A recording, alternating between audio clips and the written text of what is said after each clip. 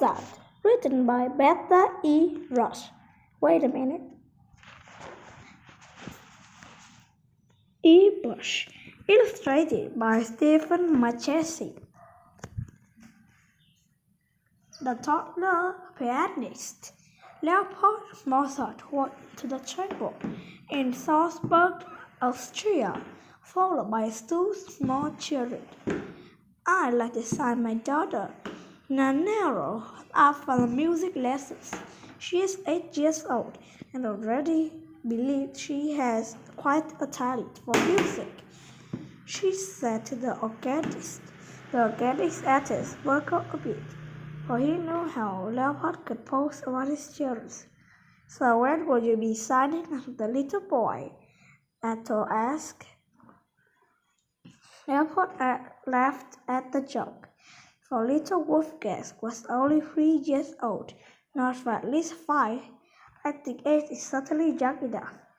Little Wolfgang's fingers would barely be able to stretch over the keys. The organist promised to sign Nana up before Leopold left. The organist called Nana to the church piano. "Come, I will give you a beginner lessons," he said.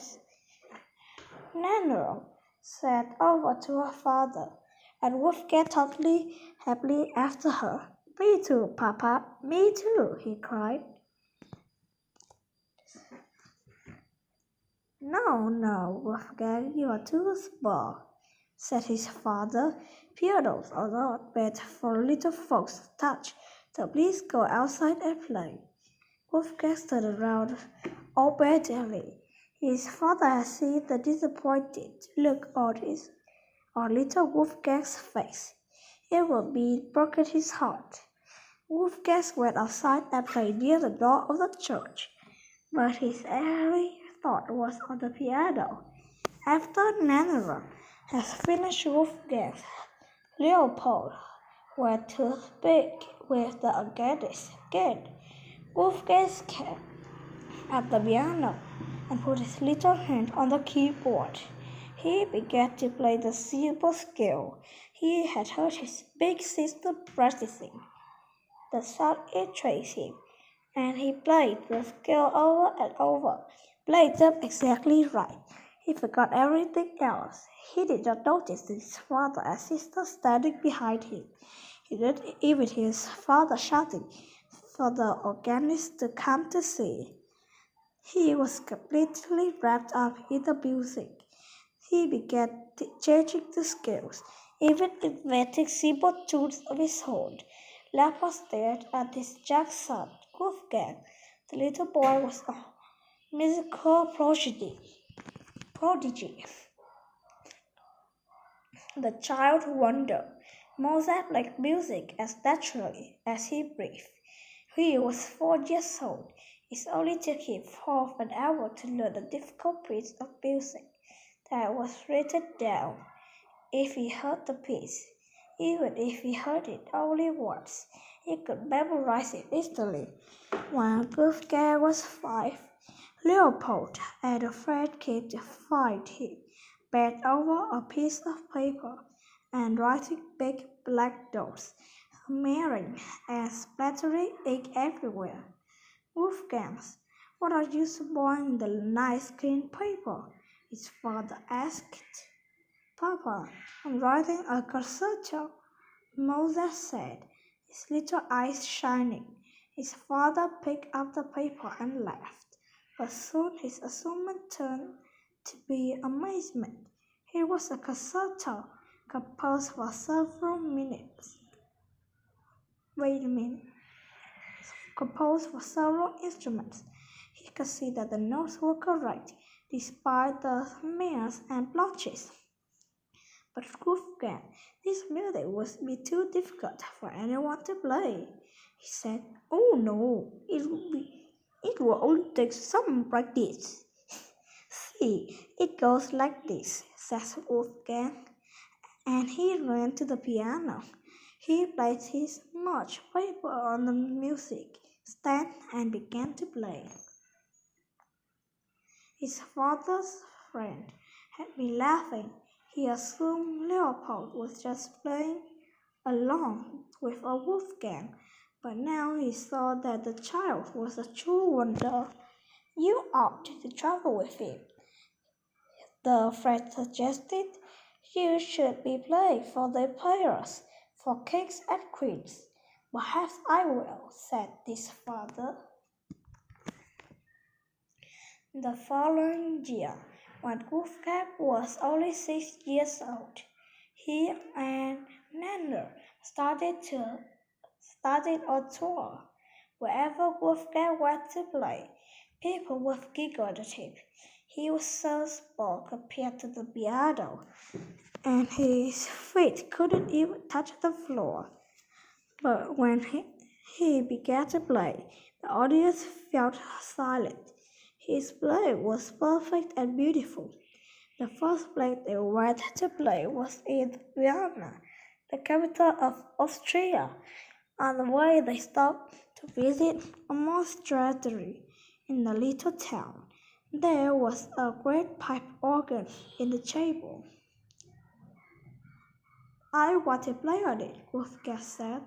Papa, expect the bells to be. Wolfgang fell heavy side into the high stool. He was too small to even operate the bells poured out of the chapel. Growing more and more powerful, the monks who had been at dinner rushed into the room. Because Wolfgang was so small, the monk could not see him. And they thought the organ was playing itself. It's an angel, they cried.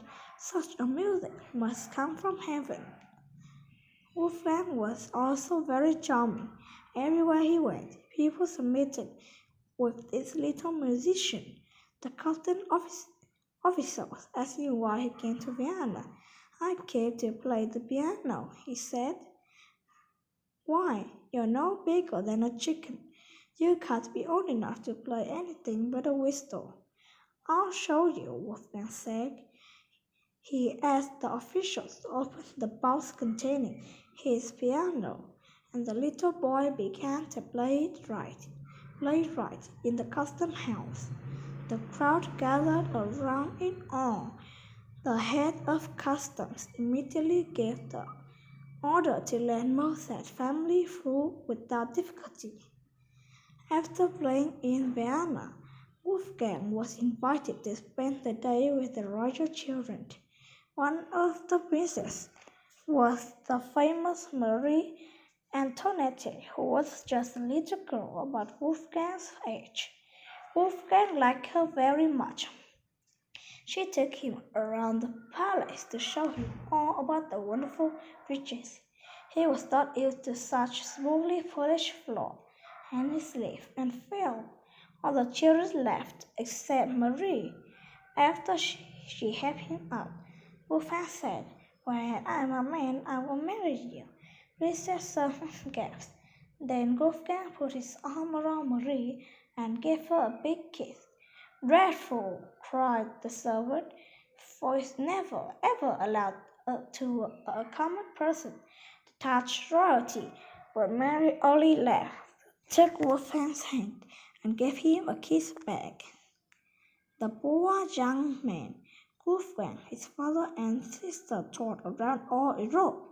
Wolfgang's fame grew, and he became a very handsome young man. But unfortunately, the life of a musician did not pay well. People were less impressed with his playing as he got older. After all, a 6-year-old musician was a marvel, but a 20-year-old musician was nothing new. For his entire adult life, Wolfgang Mozart was very poor.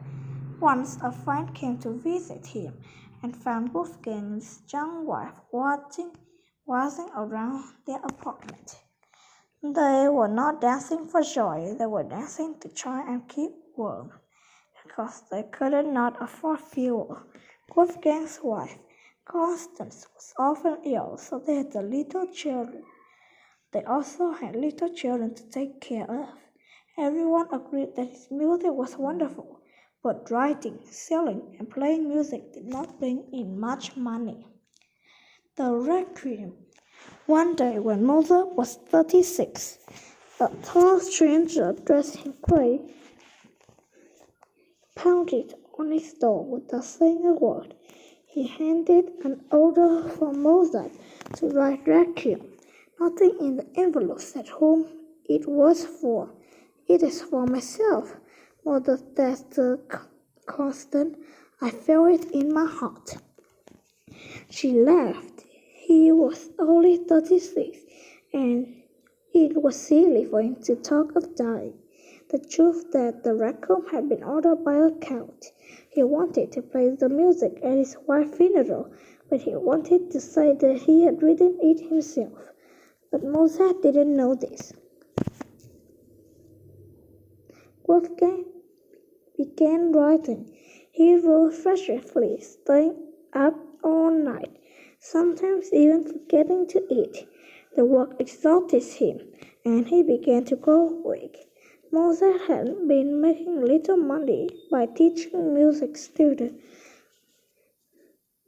but now he was so wrapped up in the requiem that he canceled all of his classes. With the money, the family couldn't afford much food. They couldn't afford candles to light their cold house at night. But still, Mozart wrote, growing weaker and weaker. Finally, just before finishing the requiem, Mozart died. Truly has he been on requiem. Greatest musician who ever lived. Mozart is still considered the greatest musician who ever lived. But when he died, his family was so poor they could not purchase a gravestone. Eventually, no one could remember where he had been buried. Today, there was a great monument to Mozart in Vienna, and on it is an inscription reading the probable site of his grave. Mozart's music is still playing today. He wrote such famous operas such as The Marriage of Figaro and The Magic Flute. The piano piece Ellen Kinnear Nacht Musik. You may not have heard of the piece's music, but if you heard it being played, you might recognize them. Mozart's music is used everywhere. You can hear it in concerts home, or you can hear it in cartoons. He wrote many of his most famous pieces when he was only a little older than you are, and he died while he was still young. Imagine the wealth of the music we might have if we had only lived.